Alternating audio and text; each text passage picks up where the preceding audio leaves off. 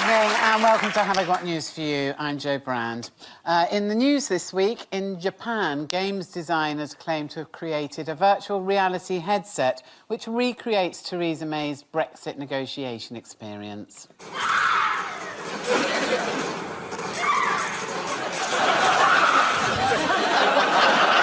In East London, there are fears that after being released from prison, one of the Hatton Garden robbers has gone back to his old ways.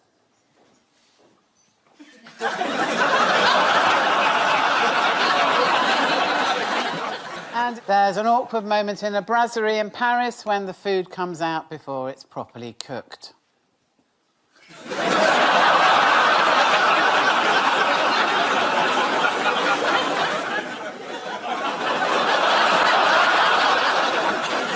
On Ian's team tonight is a woman who describes herself as mainly vegan.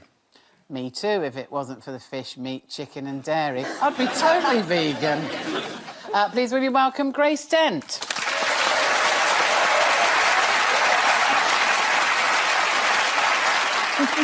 And with Paul tonight is a comedian who says, I grew up on a farm where you were confronted by horrific things, like no broadband. Will you please welcome Kiri Pritchard-McLean.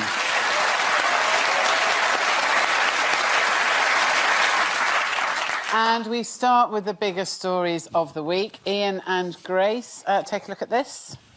Oh, that's Strictly. Dominic Raab. And that's the timetable. The passing of time. The big news tonight is there is no news. Yes. Which you get used to with Brexit. At the beginning of the week, we were all incredibly excited. The deal is going to happen, the deal's going to happen, the deal's going to happen. No, it isn't. So we're waiting now, because there's going to be an extension to the extension period. I see you as an expert in this. Is there any... I'm a Gove-style expert. Is there a chance that we could just keep on leaving for the next 20 years, a little bit like Turkey, who are trying to get in and have been for 20 years? I think that's a really good plan, and it's certainly better than anything else on the table. Well, it strikes me that we had a vote in the mid-'70s to join the European Union, and then we had a vote 2 years ago to come out, so that's 1-1. So now we're into extra time. Yeah. The decider's coming up. Must be. We don't know when, but I think it is coming. Speaking as someone who gets extra time on exams, all that happens is you have a bit longer to sit there and go, why didn't I prepare for this? I knew it was coming. Are you suggesting the government didn't prepare? I'm suggesting they probably have the same kind of learning difficulties that I do. This is the news that everyone's enjoying Brexit so much, we might extend it until 2022. What set Theresa May's alarm bells ringing on Monday? There was a mini rebellion, the pizza plot. Yeah. It's like gunpowder, except with sort of pepperoni. They got together and they ordered pizza and talked about her.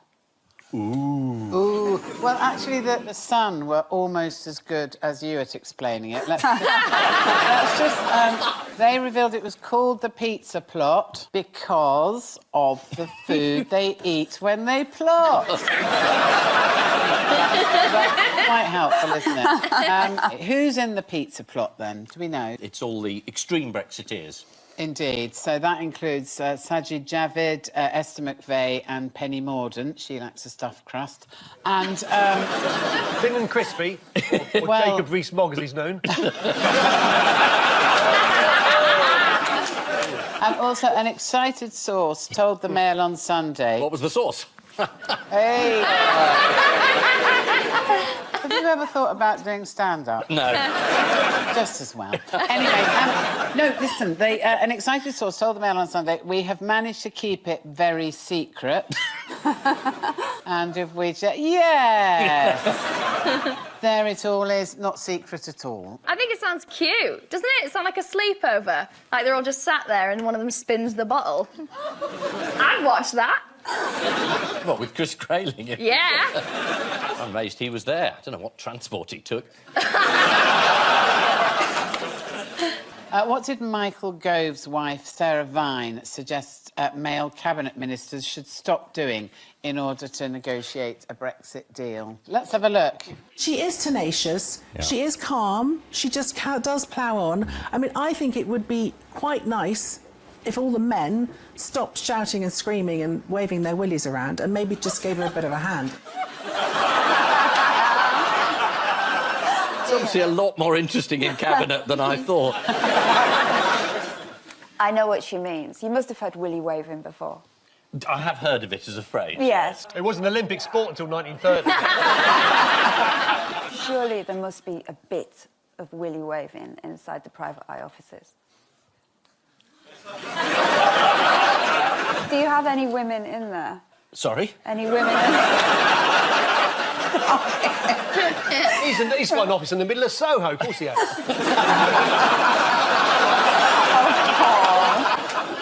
One of the perks.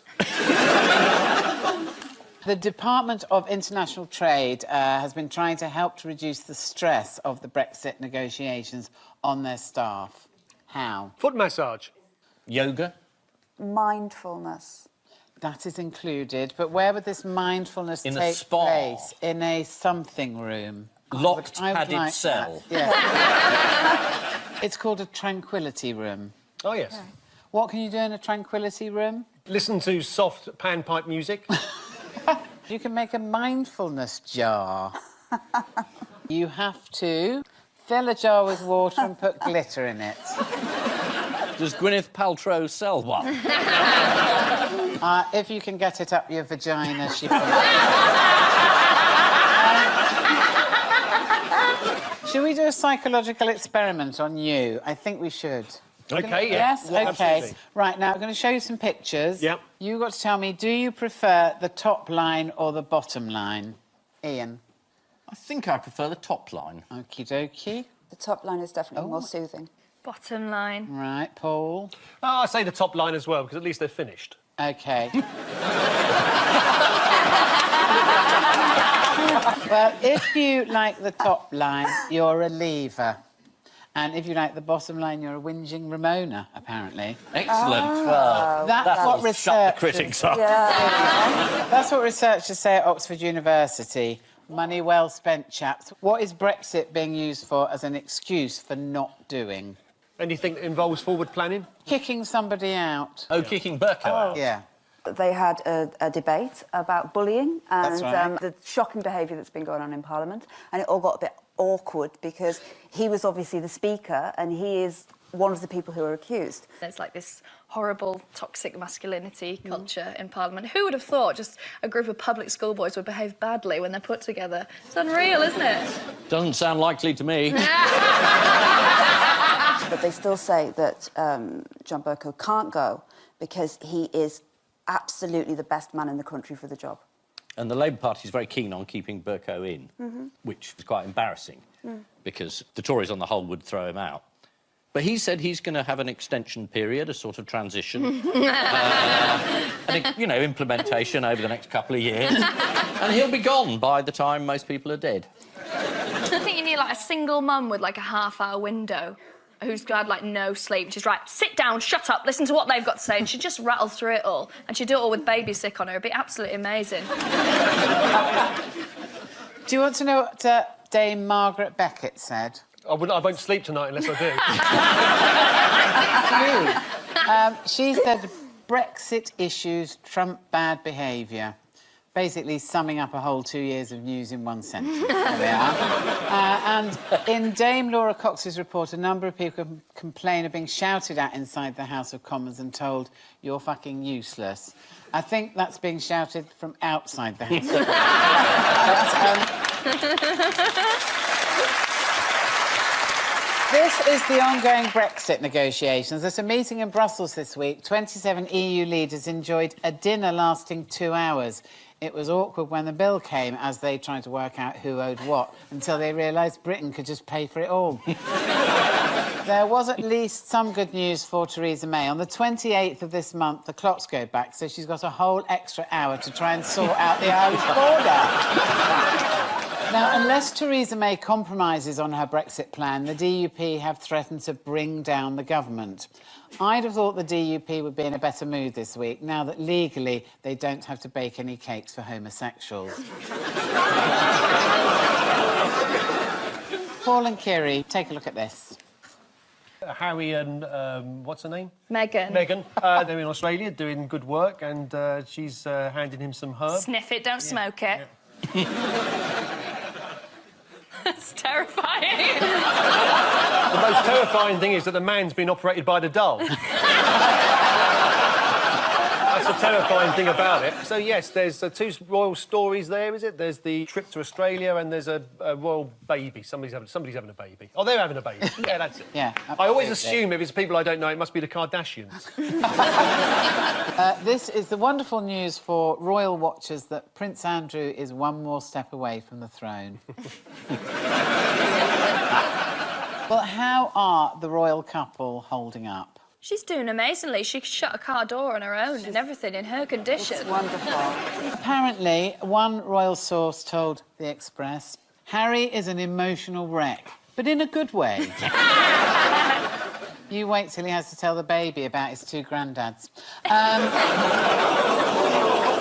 I like it when they do that. Yeah. How did ITV get the inside scoop about the possible sex of the baby? They used an inside scoop.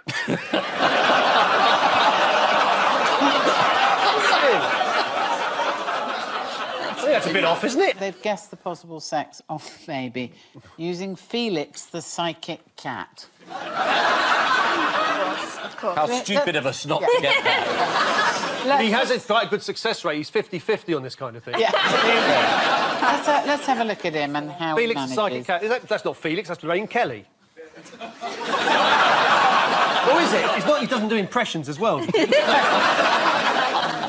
Phoenix is now going to predict the sex of the royal baby. Okay, Phoenix, here we go. can we have a little look, Right, Phoenix? okay, here we go, this is is it going to be, is Harry and Meghan going to have a baby girl or a boy? Oh my goodness, it's a girl. It was straight in there. It's a girl. Straight in there. Well, there's nothing in the other bowl. What is the bad news for the newborn? 9th in line to the throne. Isn't he ahead of Eugenie and Prince Tequila or whatever? He's not HRH. That's He's right. HRT. He's... Yeah, I don't understand it, but he's not going to be a royal baby, even though he's 7th in line to the throne. Mm-hmm. It says he or she will merely enjoy the same status as the child of any ordinary child. Like Duke Ellington or the Dukes of Hazzard, I suppose. But, I mean, this announcement's great news for royal merchandise sellers. What item unexpectedly sold out this week? Was it the purple folder that she was holding in front of the bump? It was. Yeah. Office supply stores have claimed that Meghan has sent stationery lovers into a frenzy after the purple folders that Meghan was seen carrying to conceal her bump sold out across the world. Here she is.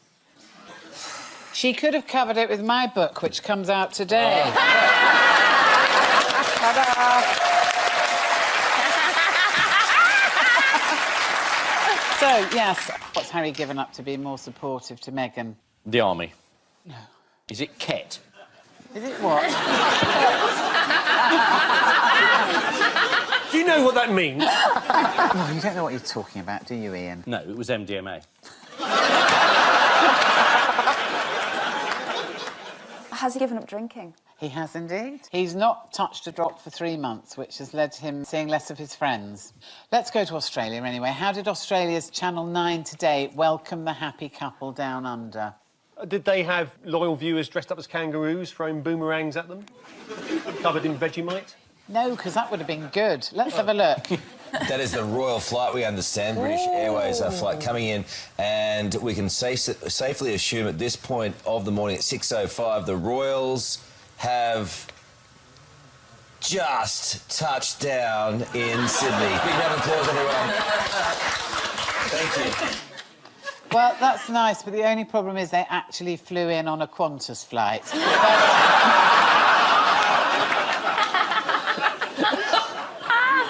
Meghan chatted with superfan Daphne Dunn, who, according to Meghan, is Prince Harry's favourite Aussie.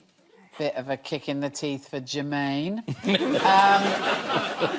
Channel 9's Today programme had a question for her after she also met Harry. Let's have a look. Can you ask Daphne what he smelled like? I'm sure.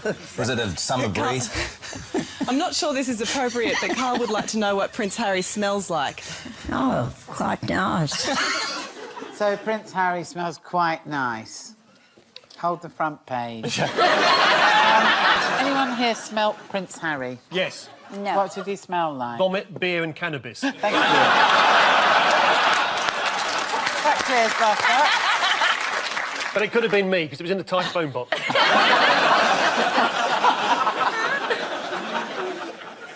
While on one of their 75 engagements in 17 days, Harry and Meghan were introduced to two things that were named after them. Do you know what they were? Yes, they had some koalas named after them, Let's have a look. Ah, there she is. which I think quite similar to the royal family. They're good for tourism. They're always encouraged to have babies. A lot of chlamydia that no one talks about. Very similar. Is that a big problem for koalas? Yeah. Really? Yeah, he knows. To my personal cost. Well, they told me it was a petting zoo, and I didn't know any different. Well, this is the very exciting news of Meghan's first child. Talking about the baby, the Mail's royal expert said he will merely enjoy the same status as the child of any ordinary duke. So it's hard to tell at this stage how universal credit will affect him. Guess that Eugenie's wedding included Prince and Prinzessin Ertigan and Ertigan Spielberg. I bet Spielberg was happy to get into that family, just to break it up a bit. Well, they had two tables, and that was just for the name cards. So, as you say, no relation to Stephen, No. by the way. How do you know? I've checked it. Yeah. I bet you didn't. I fucking did, Ian. Did.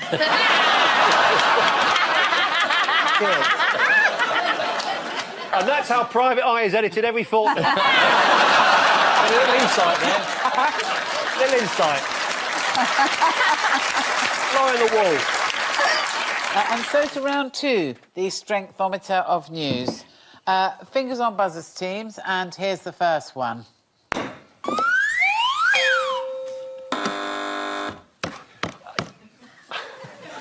Can we get an electrician to look at Ian's light? Yeah. Doesn't seem to be working for the last 17 years. Feel like...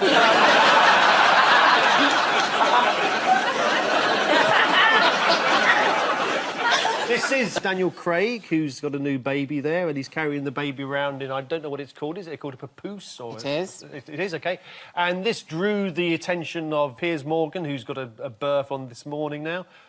So he, in an effort to make himself part of the news, has heavily criticised Daniel Craig for doing something which looks eminently sensible. Said it emasculated him, though. Was that not the exact word? Said it. I don't think the baby yeah. can reach that far, to be honest. That's why he's got him up there. He's no mug, Daniel Craig. He's no mug. Should we just look at exactly what he tweeted? 007, not you as well. Hashtag papoose, hashtag emasculated bond. But by bringing the word emasculated in, it meant that lots of men who have used a papoose wanted to say that this made them more masculine, which therefore led to days and days of willy waving. A lot of people posted pictures of themselves with a papoose. Yes. Have you seen my Instagram? Anyone here carried anyone in a papoose? No. No. Well, not human, no. Was it a koala? That's the one! What is Piers Morgan's acceptable alternative to a papoose? A briefcase. You put on a brief. That's manly. It's probably... Wife carrying the baby? Well, apparently it's arms. Miming holding a baby, he said, I believe God gave you arms for a reason. But what if you're holding your child in your arms and you want a fag? What you do is you put the fag in the baby's mouth and suck through its ear. Then give that a go. Give it a go, it's worth it. That's the book I'd like to read. Merton's Guide to Childcare. Now, why have fashion designers Fendi faced some criticism this week? They've done a Is it a scarf or a coat that looks like... A scarf. Scarf yeah. you're being born, is the polite way of putting it. Let's just have a look at it. Oh my God.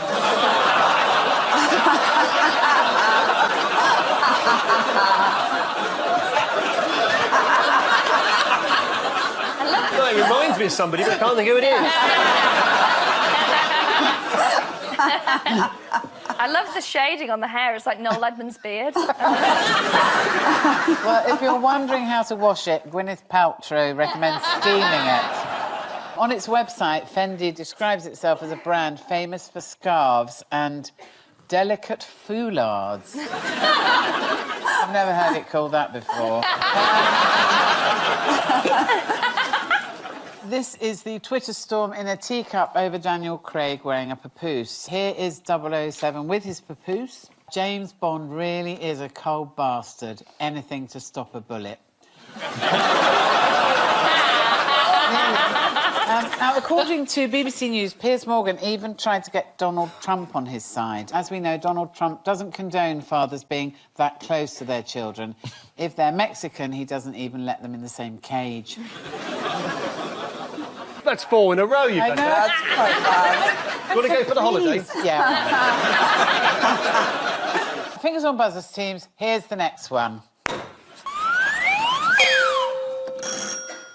The army's worried that its recruits are too fat. Indeed. They're lucky to have any recruits at all, because they outsourced it to Capita, who are meant to recruit people, and they haven't. So all the army have got are some fat people. And that's not very good for the sort of running about sort of bits of the war. It helps to have people who can do it a bit faster. They might help in certain circumstances. Say there was a flood, they could all lie down. What, as sandbags? Yes, that's what I mean. Now, responding to a Freedom of Information request, the government revealed that 1 in 10 British soldiers are obese, which is a total of 18,000 troops. The figures are very concerning, said spokesperson for the National Obesity Forum, Mr. Fry.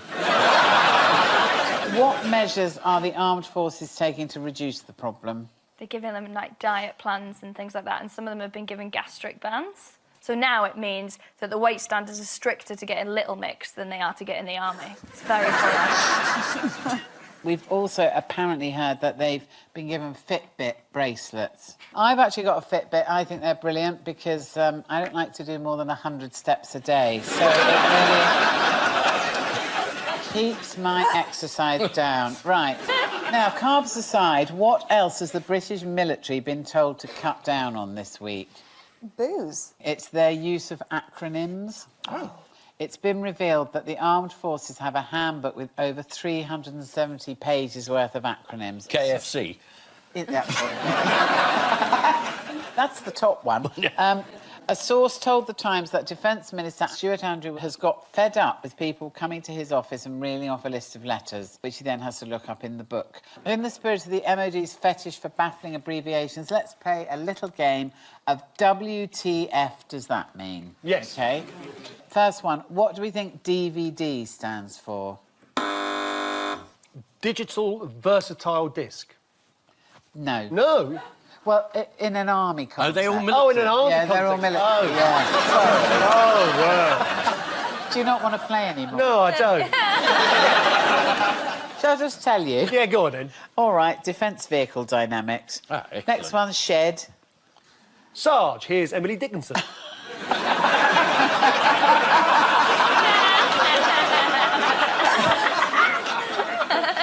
Special handling and evaluation Well, that's wrong. detachment. Oh. That sounds exciting, though, doesn't Yep. it? I tell you, one good game I like to play is I like to text teenagers weird abbreviations. Because you know teenagers use, like, LOL and all that sort of thing all the time. It's quite tedious. I think older people need to have their own. So I often text teenagers the ones I've made up. Like, CRB is a good one. Cystitis, really bad. TLL, 10 a lady leaked. Try it. This is the news that 1 in 10 servicemen and women are obese. For those related to army personnel, it's the worst fear. A knock at the door to be told by a ranking officer that they're terribly sorry, but your son has been lost in the war against obesity. But they will be recommending, though, he be posthumously awarded the Victoria Sponge.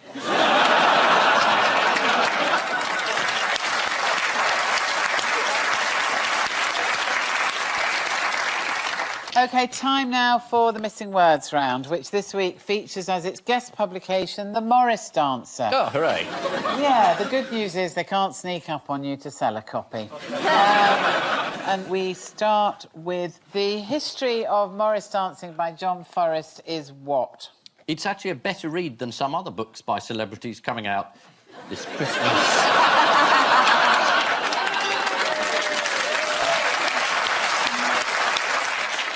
It's not worth reading. Well, that's not Turner. This is from a review in the Morris Dancer that starts, I have included page numbers in case anyone wants to follow up my observations. That's the most optimistic sentence I've ever read. Next, Hunt launched for criminal who what? Hunt launched a criminal who stole a pack of beagles, 12 red coats and a trumpet. It's one of those ones where he just did something stupid to a statue. He put googly eyes on a statue, OK? That's a nicer story. Here it is.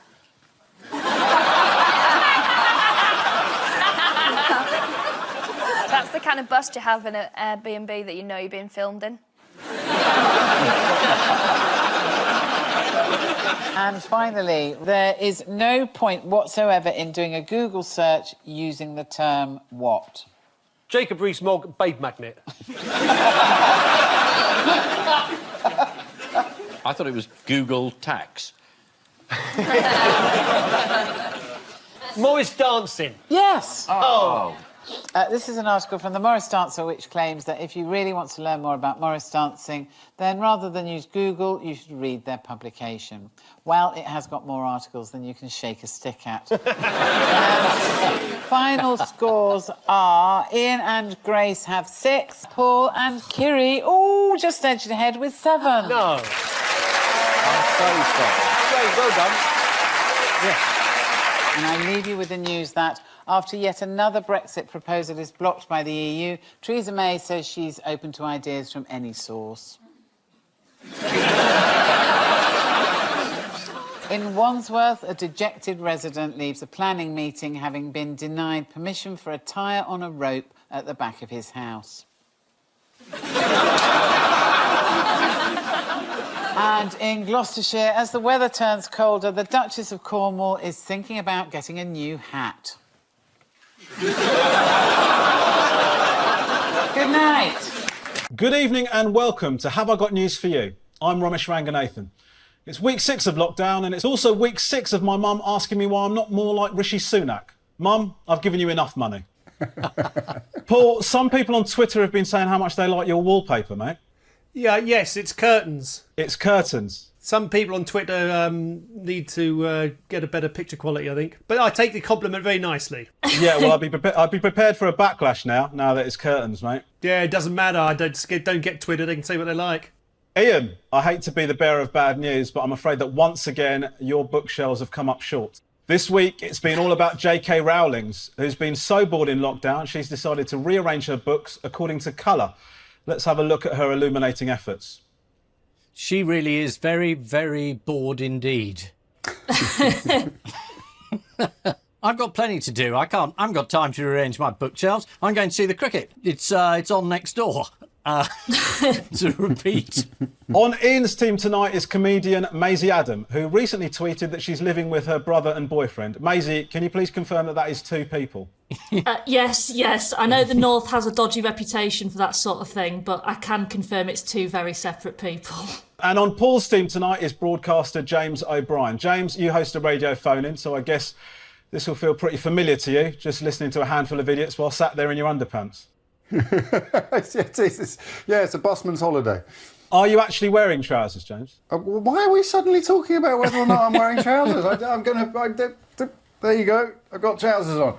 OK, but No fake news here. Well, to be fair, you only got up a little bit. Those could be shorts. I think that's taken the curse off my curtains in terms of the Twitter feed. I don't think they're going to be bothering about my curtains anymore. So thanks very much for that. In a rare bit of good news, the continued global lockdown has seen an increase in birds singing, and one rare specimen has re-emerged in India. Let's have a listen to its enchanting song.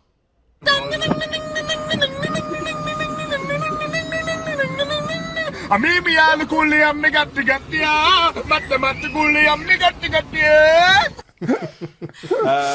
reliably been informed that they would have included that clip regardless of whether I would have been presenting or not. It's good to see, though, that the emu's career wasn't cut short by the death of Rod Hull. Following the cancellation of his flight to Magaluf, one man refused to let it get in the way of his holiday plans.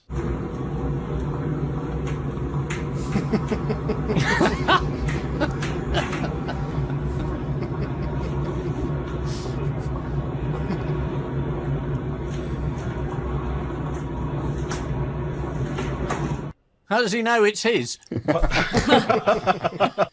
And at Burke Hall, words got around that Harry and Meghan definitely aren't coming back from LA. Oh, come on. I mean, I genuinely didn't know you could clap sarcastically till I saw Camilla there. As if she didn't want Charles to get better. Right, let's get on with the show. And we start with the bigger stories of the week. Ian and Maisie, take a look at this. OK, that's Boris saying he's delighted to be back before he announces that he's got to go again because he's had a baby. That may be the baby, but who knows? This is the 2020 Ryder Cup being held indoors. And this is bleach. This is Trump's recipe for defeating bowl cleaning. They've dropped the E from bowl. And there he is. And there's someone who knows what they're talking about, looking incredibly embarrassed. Look at her legs. Oh, God, don't say that. Yeah, this is the return to work of Boris Johnson on Monday, just in time to go on paternity leave on Wednesday. The first thing Boris did on his return to work was to chair a meeting of the Cobra Committee. Boris had lots of questions to ask, the first one being, where do they hold them? I'm surprised that it's such big news about him having a baby. It's his 6th or 7th baby. I was quite disappointed they didn't announce the baby weighing in at 6 or 7 pounds. No, they're going to do it with the name. Well, Rees Moggs called his 6th baby Sextus. So I think Boris is probably going to call this one Septimus or possibly Octopus or even Decimus, depending on your counting system. Big decision for Boris is how to keep control of the pandemic without frustrating people desperate to get out of lockdown. Everyone agrees that things won't be the same again for a long time. What's the phrase that everyone's using, Ian? Is this the new normal? Yes, the new normal. I mean, it is extraordinary. I mean, the press in this country, having spent a couple of weeks saying, why didn't we have lockdown an awful lot sooner? They're now saying, why can't we stop lockdown an awful lot sooner? But it's balancing whether we slowly, let all under 30-year-olds out and they can do what they like and the rest of us have to be locked up for a couple of years. I think that's one solution, or do it regionally. Like when my grandparents talk about what they did during the war and all of their national service, and then ours is essentially, we just had to stay indoors and binge watch Netflix to the point where we were watching documentaries on the Panama Canal. When was that on? That sounds terrific.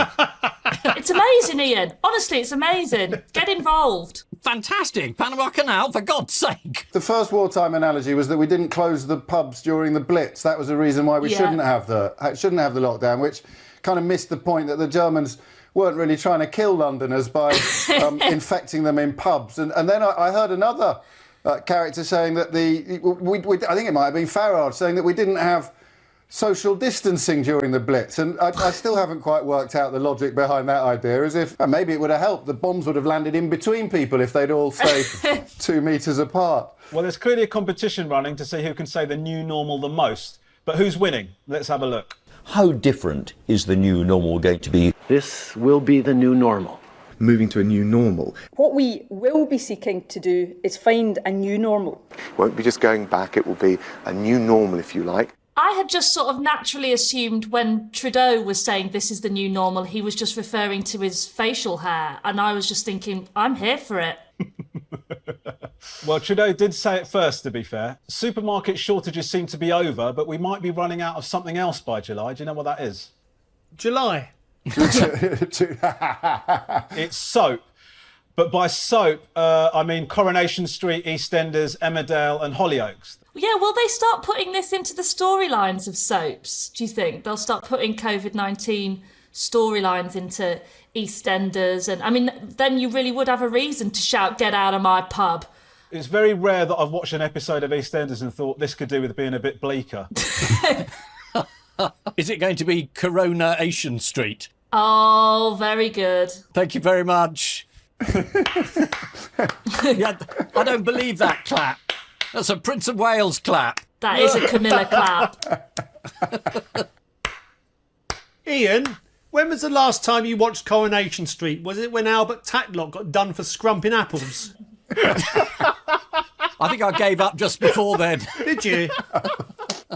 It's been very strange listening to the Archers, where it just hasn't happened yet. So they're still, obviously, 2 months or so recorded in advance. And I find it strangely comforting, actually, to tune into an everyday tale of country folk that doesn't yet involve COVID-19 or coronavirus. But they're in for an almighty shock when they find out not only that there's a global pandemic, but also that they're 2 months behind the rest of the world in dealing with it. Well, the daily press conference has exposed just how weak the government subs bench is. What was Housing and Local Government Secretary Robert Jenrick's blunder, James? I know he went to his parents' house, but that didn't happen at the press conference. That was last week's blunder. Was he accused of not wearing trousers behind the podium, and much to everybody's embarrassment, he stood up and waved his groin at the camera? It wasn't that, Paul. No, I've been watching the wrong shows then. Yeah, I don't know what you're watching, Paul. No, it's good though. Tiger King, mostly. And the Panama Canal documentary. Oh, that sounds so good. Well, what actually happened, James, is he deputised for Matt Hancock on one of the press conferences and was specifically told not to mention the delivery from Turkey of much-needed PPE equipment in case something went wrong. But he somehow managed to mention it anyway and big it up as a very significant additional shipment. And you can see that episode of The Thick of It on iPlayer. This was shortly before the Turkish government revealed that they actually knew nothing about it. And then when it finally did land late, it didn't contain anything like the number of gowns that had been announced. But that's the new normal. None of this matters anymore. They can say it and waltz away to the next debacle and faux pas. I was delighted to see, after feeling very sort of humiliated by the German government's performance, that German doctors have now staged a protest because they haven't got any PPE equipment. They're going naked to say, why can't you give us something? So it's obviously everyone around the world has suddenly found that this stuff costs a lot of money. There you go. No, it's their equivalent of calendar girls. It's just nice to feel that we're not the only European failure in this department. It's another big week for Matt Hancock. Paul, do you know why? Yes, but I'd rather not talk about it. Oh, fair enough, fair enough. It's to do with his 100,000 a day testing target and whether it might be met. Yes, he said he made this claim with full confidence, this prediction, this goal, and are we there yet? I don't think we are. Ian, is it 100,000 tests or 100,000 capacity? I mean, most of us thought he said 100,000 tests, but they've slightly changed the goalpost, so it's the capacity to do 100,000 tests, even if we don't do any at all. I like Paul's answer, which is, I know this, but I'm not prepared to talk about it, which is what the government keeps saying every time they're asked anything about anything that's happening. Well, I don't think you need to know. We'll tell you later. Who has been doing a poor job running the testing at Chessington World of Adventures? Oh. Is it Bobo the chimp? It's actually been turned into a regional testing site run by Deloitte, the famously shoddy accountancy firm, despite being fined over £4 million last year for professional incompetence. Oh, right, so it's all in good hands. They were handed the testing contract by the government, but they've been sending the wrong test results to the wrong people. Brilliant. I'm confused by this story. A firm of accountants are tested at Chessington Zoo. Is that what you're saying? It's the new normal. These are unprecedented times. Yeah, this is... Paul, I totally take your point, Paul. Ordinarily, I'd be just like, what the hell is this story? But It didn't even register with me now. What was Donald Trump's latest contribution to the health of Americans? He mused aloud whether it would be a good idea for people to inject disinfectant into themselves or to perhaps even drink it to clean out their lungs. I think he should be the first to volunteer. He later claimed that he was being sarcastic. There was a marvellous bit when he said, no, I was being sarcastic. I was talking to the reporters. And in fact, I was looking straight at you, he said to a reporter. I was looking straight at you when I said this. And the reporter said, I wasn't there. I was just going to say, we ran a piece in Private Eye 3 weeks ago, which was meant to be a joke, saying that because bleach is very effective against the virus, perhaps you should put your head over a bowl of it and inhale it. And I just had no idea he was a subscriber. Well, that just is a gratuitous advert for Private Eye. Why isn't Ian allowed to come on and gratuitously publicise Private Eye? Well, as Paul says, he's got some very interesting ideas on how we might treat coronavirus that the experts might not have thought of. Supposing we hit the body with a tremendous, whether it's ultraviolet or just very powerful light. And I think you said that hasn't been checked, but you're going to test it. And then I said, supposing you brought the light inside the body, which you can do either through the skin or in some other way. Right, and then I see the disinfectant where it knocks it out in a minute, 1 minute. And is there a way we can do something like that by injection inside or... Oh, she just looks like every woman who's sat at the bus stop minding their own business and the weird crazy guy just doesn't leave them alone. Like, her logic is just stare at the ground for long enough and maybe he'll go away. I can think of a good way of getting light into his body. I'd shove an angle-poised lamp right up the Oval Office. She's not completely blameless either, because she's given interviews in which she said that Donald Trump's business past, which involves various bankrupt casinos, has given him skills and insights that really help him understand the science in this case. Here he is saying goodbye to the first person to try injecting themselves with disinfectant. We'll do it. If you can remember back that far, this is the return to work of Boris Johnson on Monday. There's speculation as to how Boris's new son might affect his thinking on government policy. Well, if my experience of dealing with new babies is anything to go by, he'll be wanting to reopen the pubs within about 2 days. Speaker of the House, Sir Lindsay Hoyle, welcomed the news and said for Carrie and Boris, 2020 is certainly a year they will never forget. Although hopefully with enough therapy, the rest of us might. Paul and James, take a look at this. German football fan, looking very excited. Well, German anyway, looking very excited. I can't believe it. I've just found Trump's brain cell. There's Jeremy Corbyn. Jeremy Corbyn missing the ball but winning the argument. And there is Boris Johnson stopping a child, which is rare for him.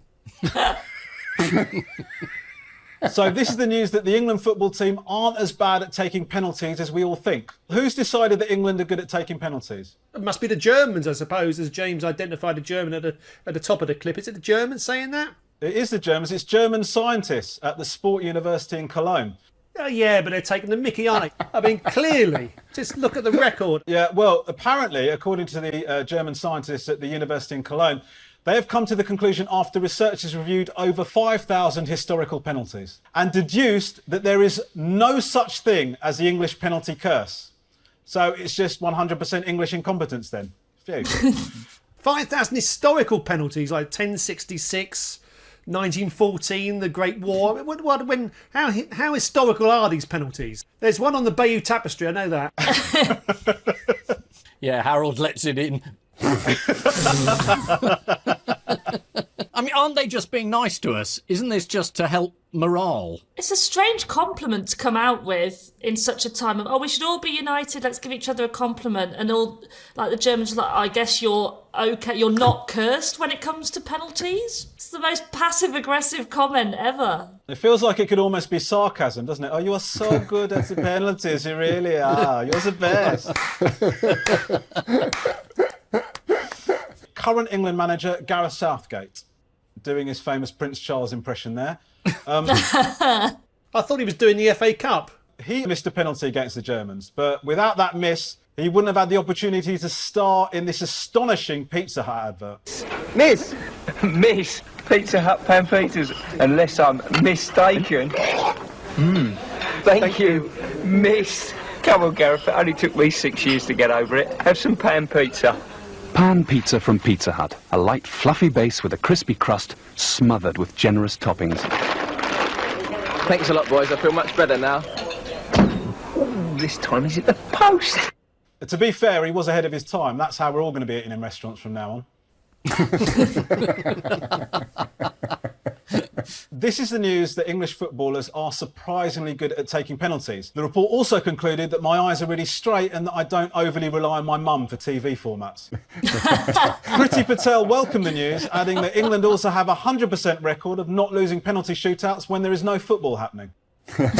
Time now for round 2. Rather than buzzers this week, I want you to pick a noise or phrase to shout out when you think you know the answer.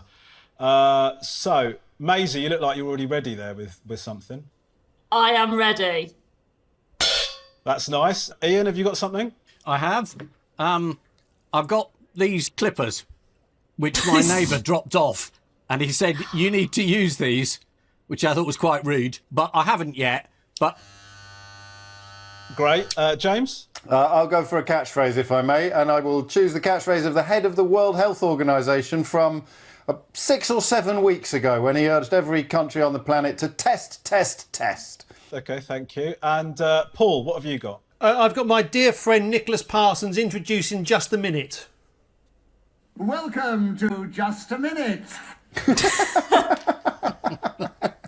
OK, well, round 2 is called What's Happened to This?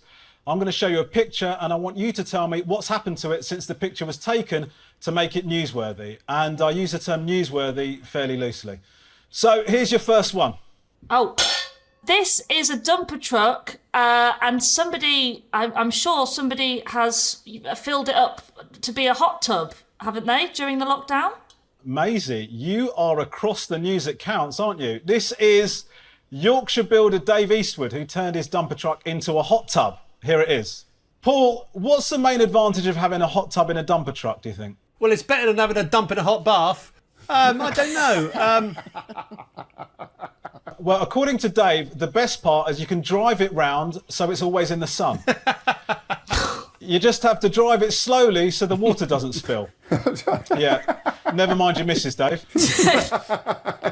Ian, how did Dave create the bubbles in his hot tub? I think my previous answer established that, didn't it? Is it bottled water? According to Yorkshire Live, Dave uses shower gel and a hand drill. Wow. Join Dave next week where he'll be making a back massager out of a jackhammer. So this is Yorkshire builder Dave Eastwood who turned a dumper truck into a hot tub. I've also gone to extreme lengths to keep my wife happy during lockdown. I've moved into the garage. Builder Dave filled his rusty dumper truck with water and shower gel and created bubbles using the plastering attachment of a hand drill. Despite all that, he's still been declared the most romantic man in Yorkshire. OK, so fingers on buzzers or whatever you're doing. The question is, what's happened to this? Go on, Ian. Cadbury's have changed their logo. They've paid a huge amount of money to redesign their logo so that it says something completely different. Here's some chocolate. Yes, well, this is the news that after 50 years, Cadbury has decided to change its logo in a major brand refresh. So this is the old logo. Now, shall we have a look at the brand new logo, which some advertising experts have said can't have been cheap? Boom! Oh, I hardly recognised it. No, I thought this was ridiculous because it looked so similar to the old one. But then I read around some of the industry publications and they explained that for £1 million you change the whole global footprint of the brand. And I still thought it was completely ridiculous. But I did read Cadbury saying it wasn't £1 million, it was just hundreds and thousands. Oh dear. Yes, well done. Look at Paul's face. Cadbury's don't make hundreds and thousands. The joke is flawed.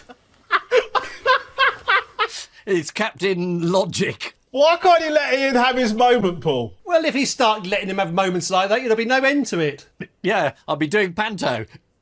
Jokes with punchlines that don't make any sense. Well, Cadbury's have apparently officially denied that it cost them £1 million. They didn't come up with the hundreds and thousands gag because apparently they said it wouldn't really make sense. Exactly. And if they've paid £1 million for it, I mean, that figures out of this world. Oh, no, sorry, that's Galaxy. See, now that's a joke, Ian. That's a joke. Look, all that happened is the, very overpaid consultants, and they were asked to find a new angle on it. If you look at the picture, they have. It's about 45 degrees. Ian, before I laugh at that, can I just get verification from Paul that makes logical sense? No, I think that was just a general comment. I don't think it was meant as humour. I love this. Paul's become a sort of VAR of logical jokes. Yeah, exactly. Yeah, complete vasted.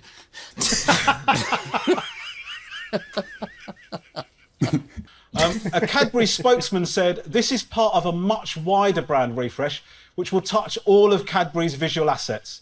I'll be honest, since lockdown, I can't stop touching Cadbury's visual assets. In exciting news, guys, I've got a bonus point on offer. On the new dairy milk packaging, the glass and a half of milk is pouring into a chunk of chocolate. What was the glass and a half of milk pouring into on the old chocolate wrapper? Was it being poured in down the throat of a lactose-intolerant toddler? No, it's actually poured into the eye of the word milk. Oh. There you go. I think it's cleverer that it pours into the eye. Is that another reference to your magazine? With any luck. So, this is the news that Cadbury has unveiled its first new logo in 50 years. A spokesman for Cadbury said they wanted to review the brand image. We only wish we had your problems, said the head of marketing for Corona Beer. Once again, fingers on buzzers or whatever you're doing. The question is, what's happened to this? This is possibly the late Kim Jong-un. Yeah, this is the news that there may have been a change in the status of Kim Jong-un from alive to dead. The mourners will be in their hundreds and thousands, Ian. That's one of your better ones. Thank you. I must make a note of it. Who might succeed Kim Jong-un if he is indeed an ex-tyrant, Ian? Kim Il Kardashian. Well, the answer is it's his sister, Kim Yo-jong, who could succeed him. The world's media has been intrigued by Kim Jong-un's absence, none more so than news website North Wales Live. I think I saw this. Wasn't it that he'd once criticised Anglesey or something like that, and they described it in the headline as Anglesey critic is rumoured to be dead? Maisie, you're very, very close. Let's have a look at a tweet from North Wales Live. Tyrant whose regime once hacked Anglesey Council dead, report suggests. This is speculation over whether the North Korean leader Kim Jong-un is dead or not. Do you remember the good old days when Kim Jong-un was the scariest thing to come out of the Far East? My cat's just walked in. Your cat's just walked in? What's the name of your cat, Ian? William Pitt the Younger or something like that? Reese Moggy. What is your cat called, Ian? He's called Colin. I think Ian's about to do an incredible impression of a Bond villain, if this goes the way I hope. Oh, there's Colin. Can I just say, this is proof. He really isn't meant to be in here. Are you, Colin? You are meant to be over there. Time now for the Missing Words round, which this week features as its guest publication, Gym Owner Monthly, which features a lot of cross-trainers who can't get into gyms at the moment. And we start with, what is cool and uber sexy? Is it a cold but attractive taxi? That is exceptional work there, but it's not the answer. Oh, it's Eamon Holmes. Eamon Holmes? No, it's not Eamon Holmes. New gymnasium equipment imported from Finland is cool and uber sexy. You're not far off. It's a good juice bar in a gym is cool and uber sexy. This is an article from Gym Owner Monthly about the importance of having the right ambience in your on-site juice bar.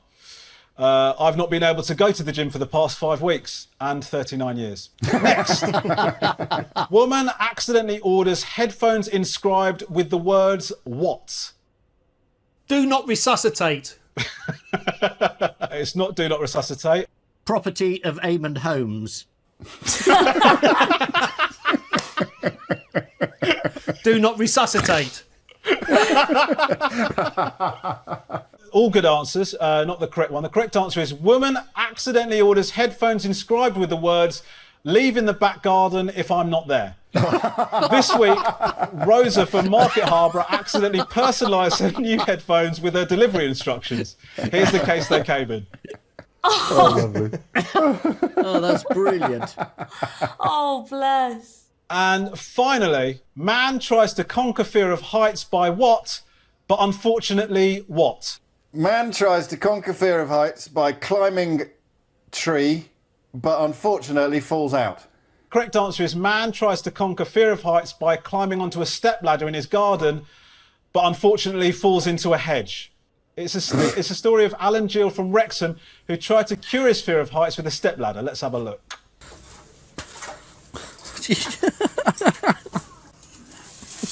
Oh no. Go over. Oh no! Yeah, it is an unusual approach to take until you get to the part of the article in the Metro where Alan says, I'd already had a couple of pints. So the final scores are Ian and Maisie have 5 and Paul and James have 8. Sorry, Maisie, I'm really sorry. No, I'm sorry, Ian. I'm sorry. Yeah, you should both be sorry. And I leave you with the news that in Taiwan, one man who's new to social media misunderstands how Zoom works. Good night.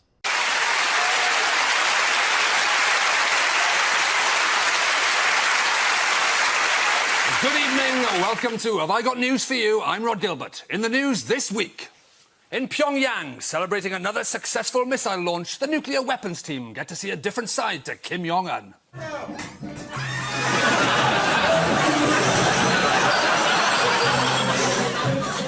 PlayStation brings out a brand new virtual reality game that lets players enjoy all the excitement of tweaking a hipster's beard.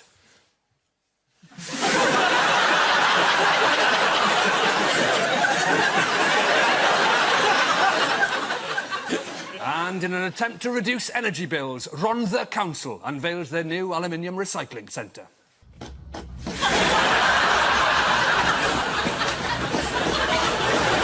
On Ian's team tonight is an award-winning playwright who says one of the best things about her job is getting up at whatever time she wants. So it was either writing or being a train driver for Southern Rail. Please welcome Lucy Prebble.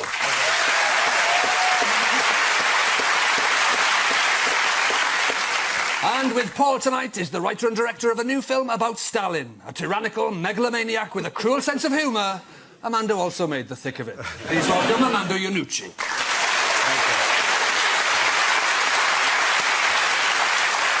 And we start with the bigger stories of the week. Ian and Lucy, take a look at this.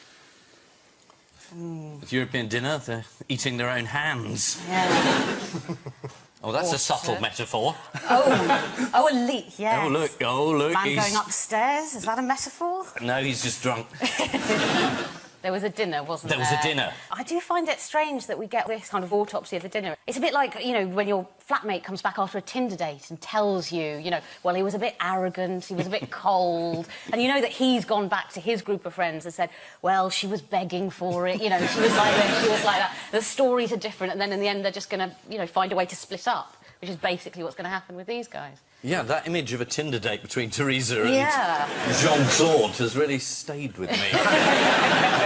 This is the leaked report from Theresa May's dinner with Jean-Claude Juncker. The dinner itself was very amicable, but was followed by an interminable argument over how to split the bill. What was the substance of the leak? Theresa May was desperate and was begging the EU just to give her a chance. It said that May had begged for help, saying that friend and foe at home were breathing down her neck, waiting for her to fall.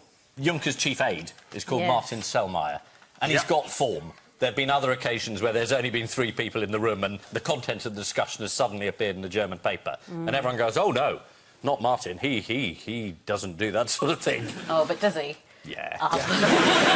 He's a very, very hard-line Europhile, and he's known as the monster. Because people find him very difficult to deal with. He's got a number of different nicknames. Let's have a look at a picture of him, and then I'll ask you to guess some of his other nicknames. The man who cuts his own hair. Rasputin. He's named her. Rasputin. Rasputin. Rasputin had longer hair. Yeah, I think you're focusing too much on just the hair, to be honest. No. Yeah. Well, is he Russia's greatest love machine? He's also known as Stalin. That's a Boney M reference. That's completely fine. That's allowed. Based on historical research. Yeah. Yeah. No, I'm not saying Boney M hadn't done their stuff. Yeah. I mean, compared to some of the lightweight Russian research that some people do. Stalin is another of his nicknames. Then I've made a dreadful mistake. Darth Vader, he's also known as Darth Vader. Yeah. Just anyone evil. Do you know what the Daily Mail calls him? Editor-in-chief.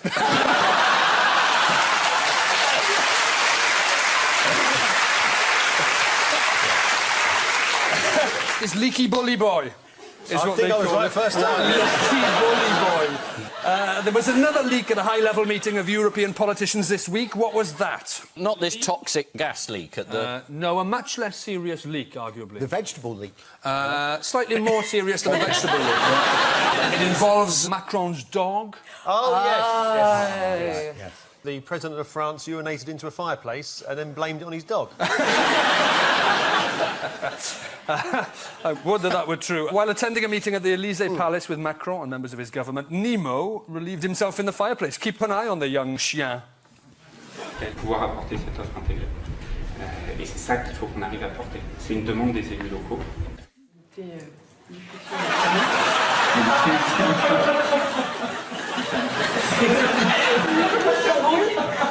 Ça arrive souvent? Non. J'ai déclenché chez mon chien un comportement totalement inhabituel. Ah, pardon. I think that's all right in high-level meetings now, because I think Trump does that. I think.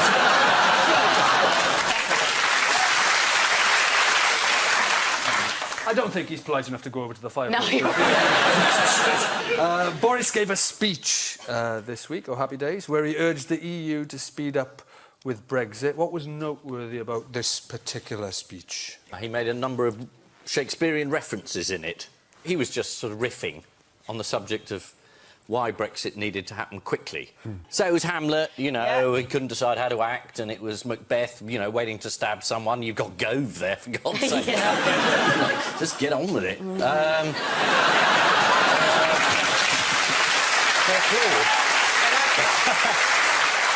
Can I just say that was a metaphorical stabbing?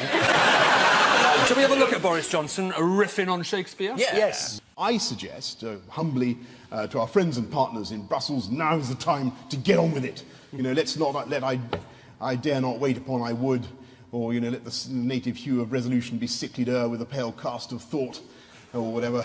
Those are coming to the affairs of men. They should grip it, get on with it, and start thinking about the future. That's not a speech. That's a malfunctioning android. That's words strung together in whichever form they come to him. No. I love the idea of or whatever. Yeah. Shakespeare's best-known lines all ended, yeah, or whatever. Yeah. Horse, a horse, my kingdom for a horse, or whatever. Who did the government distance themselves from this week? Was it Mr.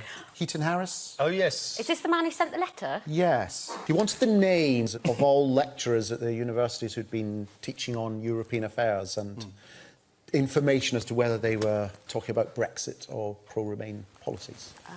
And then he was accused afterwards of that being a bit sinister. He said, it's not sinister, sending letters asking for the names of people who teach this particular subject. Why would anyone think that was McCarthyite? You see, it's bloody Liberals, you know, they are snowflakes. Right. You just say, give us your name, I'll put it on a list and I'm in the government. And they go, ooh!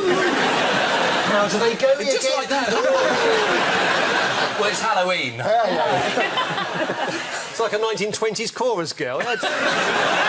Exactly. Yeah. Hasn't he said he wants to write a book? And that's actually what it was about. He was doing research for a book, which I really hope isn't true and that it's a lie and a cover-up. Because then, now he has to write a book about Brexit, which would be an amazing punishment for basically lying about it. We should all pre-order it off Amazon now, so he has to do it. Interestingly, he didn't come up with that excuse. He's been very quiet on the whole thing, I think. No, that was Joe Johnson, wasn't it? That was Joe Johnson, his boss. Yeah. So he's making him write a book.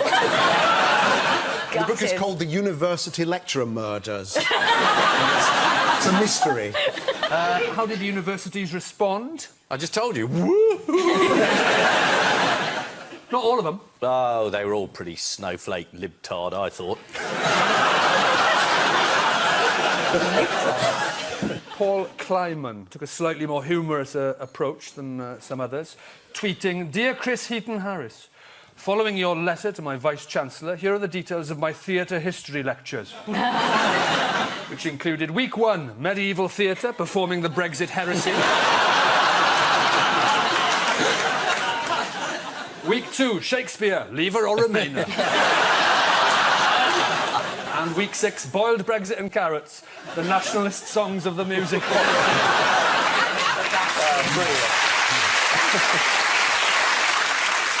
This is Brexit and the row over leaks after a dinner. In the Commons, Jeremy Corbyn attacked Theresa May's repetitive updates on EU talks by comparing them to Groundhog Day. He was going to go with the cyclical nature of Marxist historical dialectic, until one of his advisers said, "Jeremy, for the love of Christ, just say Groundhog Day."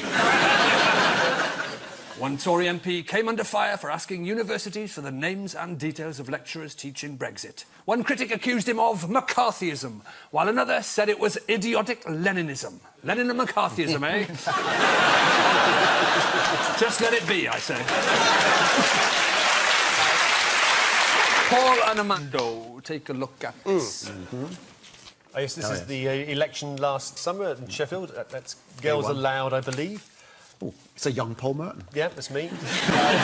Yes, it's the MP, O'Mara. He's got into trouble through something that he said on Twitter or whatever it was 15 years ago, which was pretty horrendous. And he said he's been on a journey since then. Unfortunately, it was a return ticket because he's done it again. He's apparently he had said something rather nasty to a woman in a Sheffield nightclub a couple of months ago or something. So yes, it's misogynistic, homophobic remarks. That's the end of the show. Well, that's not the rest of your script, is it? This is the Labour MP, Jared O'Mara. Jared O'Mara. It was given a twist by the fact that he was on the Commons Equalities Committee. So he was meant to be rooting out misogyny, homophobia, sexism, and... Well, he did. He resigned. In himself. He resigned when he was caught, let's be fair. Is he saying all these things towards writing a book about this? I think that's what it is that he's doing. How is all this surfaced? It's all on social media, isn't it? It's there forever, so somebody did some digging, presumably, and found this stuff. Do you know who? Political website, Guido Fawkes, that's what they managed to access them from chat rooms and websites dating back to 2002. But there's a lot of people in the Labour Party going, oh, well, he was very young. It's a long time ago. Can't we not have this? Because, you know, he's not a Tory. You see, if he'd said that and he was a Tory, we'd kill him. But he was young. He was 22. It's absolutely no excuse. Especially since the latest one was, what, 3 weeks ago or 3 months ago? Yes. But people were different then. It's a different time. Yes. The sun was shining. It was alleged that only recently O'Mara had called a woman an ugly bitch. He denies that. If you can't be held accountable for something that happened like 14 years ago, then there's like hairstyles and boyfriends I had that I can like have expunged from the record, which I'm thrilled about. Expunged. Yeah, expunge them all. Well, all boyfriends make their way to Sector 5. Old hairstyle was to the left. Have you ever had a hairstyle you ever regretted, Ian?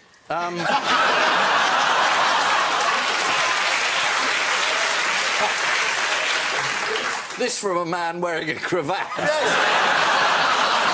Roger Moore in The Persuaders. All right, that makes me Tony Curtis. Yeah, absolutely. Excellent. Totally.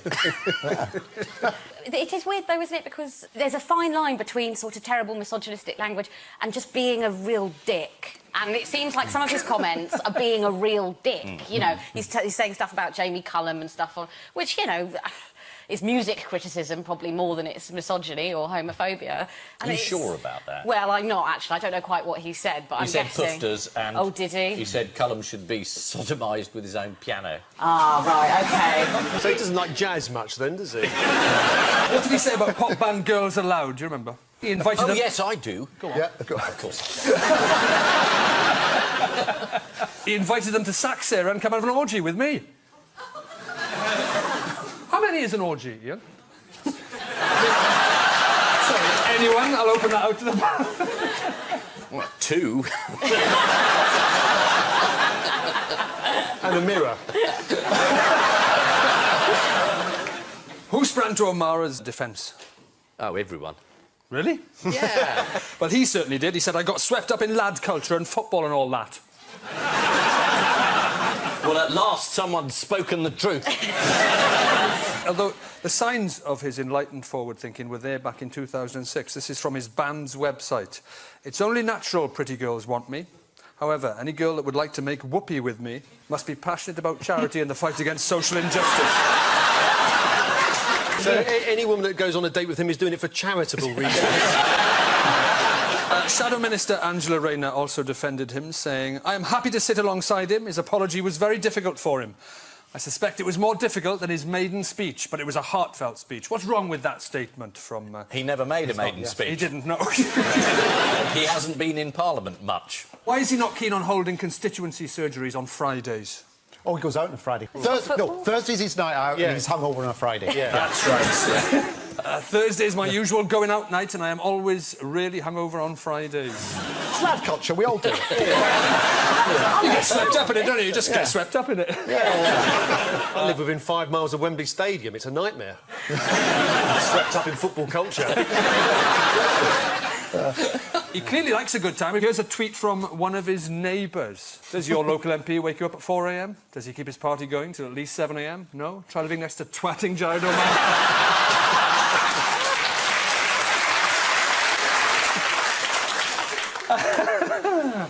What TV show is Jeremy Corbyn to appear on? Gogglebox. Yes. I hope he's on with Giles and Mary. Oh, you really watch it, Ian? Giles, you really... Giles, I love Gogglebox. Who's your favourite on Gogglebox? Well, I like all of them, just because it's so upbeat. I always come away at the end of the programme thinking, those are really nice people. You know, unlike, you know, some other shows, you think, oh, God. That goes on the same time as this one, so you watch that, do you? This is a really nice show full of nice people. That's a slap in the teeth, isn't it? What, you watch yourself, do you? I'm always intrigued when I make the edit.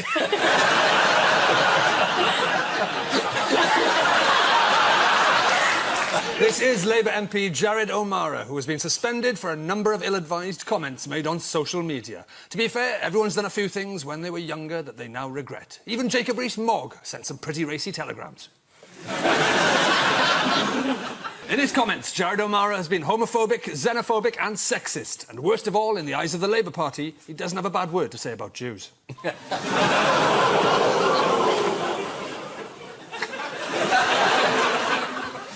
Meanwhile, it's been announced that Jeremy Corbyn is to appear on a special edition of Gogglebox. I'm not saying Jeremy is out of touch with popular culture, but when he was told he was appearing on a sofa with Leon, he assumed it was Trotsky. Oh, he's on with Leon.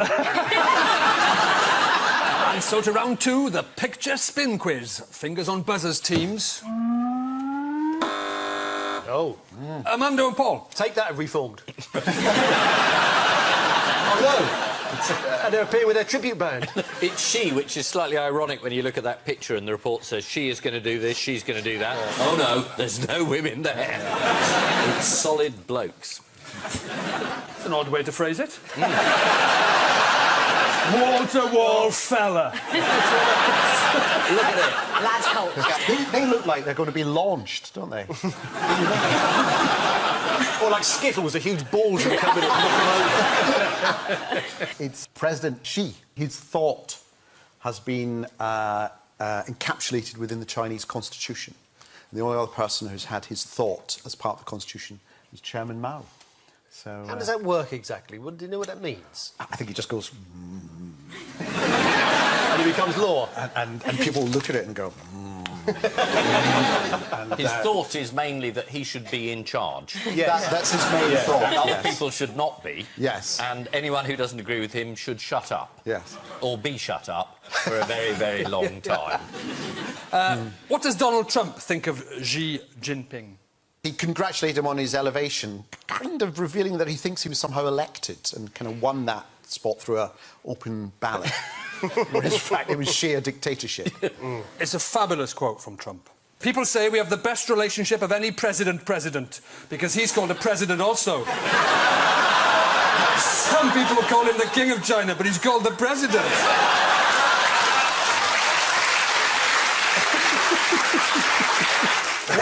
When he says some people, he means him before someone just told him. How has the West come to this? We're sitting here discussing Brexit and Trump and well, China... we could be watching Gogglebox. A totally innocent occupation. Donald Trump was in trouble this week after his phone call to the widow of a US soldier killed in Niger. She accused Trump of stumbling over his name. His aides were just relieved he'd managed to pronounce Niger correctly. Donald Trump does frequently have trouble with names. He recently referred to the African country of Nambia, later explaining he'd simply mixed up the two real countries of Gambia and Narnia.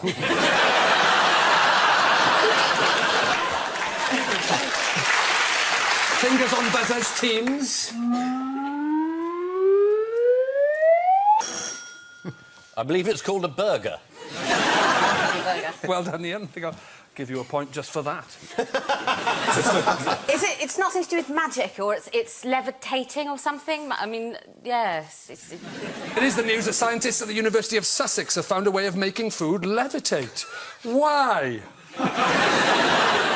Well, isn't how the first question rather than why? OK, how? Well, I think you're going to have to tell us. Is it magnets? Do they do magnets? Are we on how or why? I've read several articles and I think they're still working on the whys. What's the catch with levitating food? It doesn't work. It does work. How?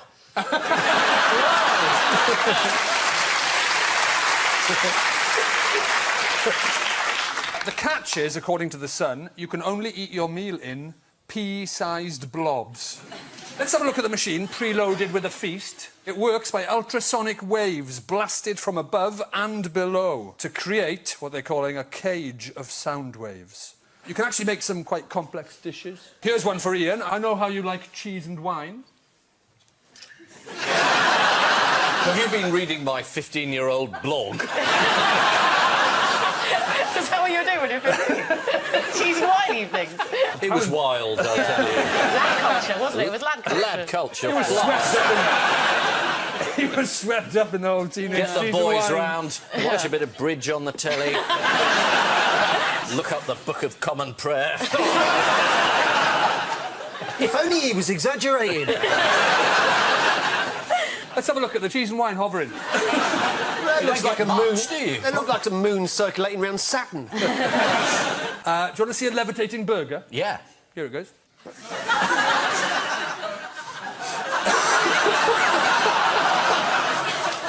It has been a bad news week if this has made the show. How does the food get in your mouth?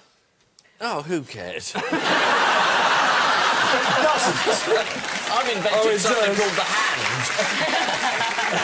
You break up a pair of false teeth and chuck them in and they chew it up like that. The scientists are working on using sound waves to float the food gracefully onto your outstretched tongue. This is what the university's minister should be writing letters about. To the University of Sussex, what are you doing? Give us the money back.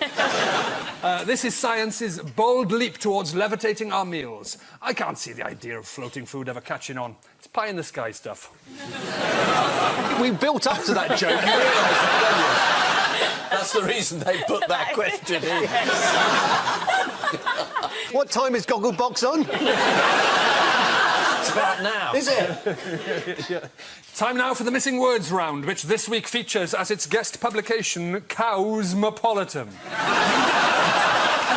Have I got moves for you? It's utterly fascinating. Let's not milk it. Let's not milk it. A round of applause.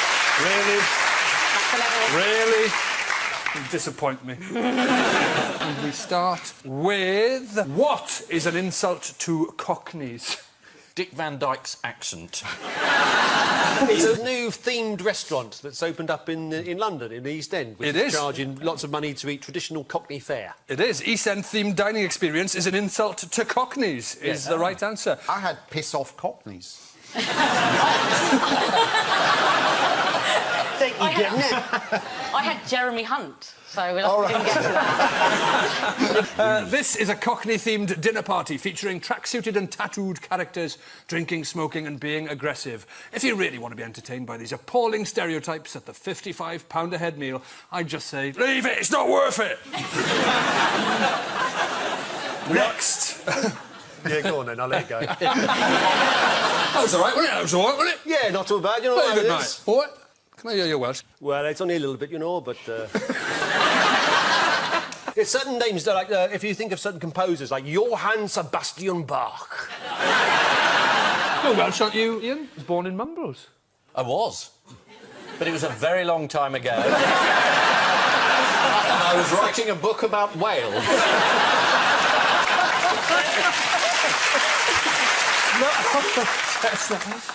Next. If you give a cow what, she will pay you back in milk. A hug and a bucket? 25 quid. A milk token. A credit card, one of these new concepts. Love and affection. Respect. Respect, gotta be.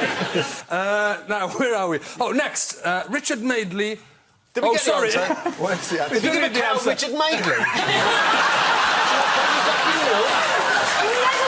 That's what it says. I hope this isn't some terribly misogynistic reference to Judy that we've got here.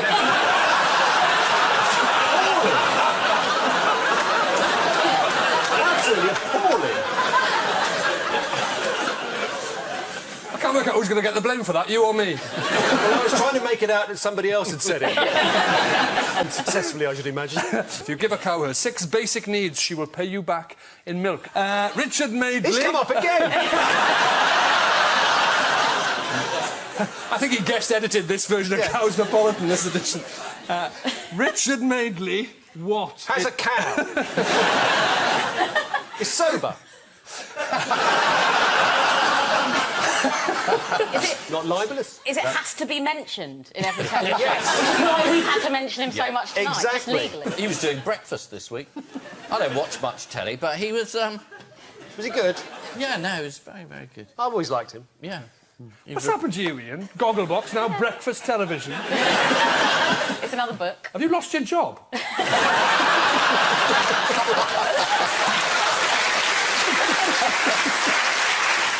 There's a lot of competition for paper rounds these days, you know. The answer is Richard Madeley goes commando in every telly show. Yeah, I'm not sure if that's the response you'd have hoped for. But, Richard Madeley revealed he wasn't wearing underpants on Good Morning Britain. And up to that moment, it had been. And finally, pork chop looks uncannily like what?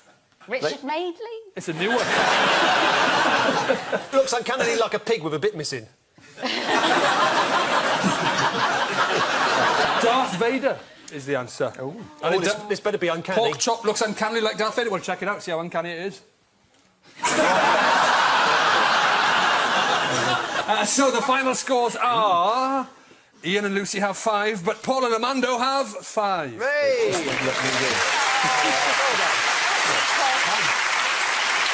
But before we go, there's just time for the caption competition. Paul and Armando have this.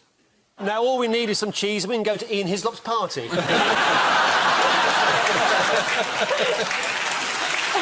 Ian and Lucy get that. Virtual reality headsets forget to put in any virtual or reality. Mr. Weinstein's office staff.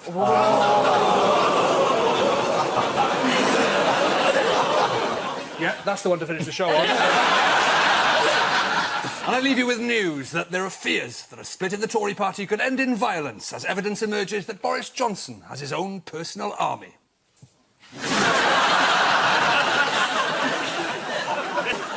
Surveillance cameras show that even in Mayfair there's a problem with teenagers hanging around on the streets. And at Calais, the British unveil the winning design for a post-Brexit entrance to the Channel Tunnel. Good night.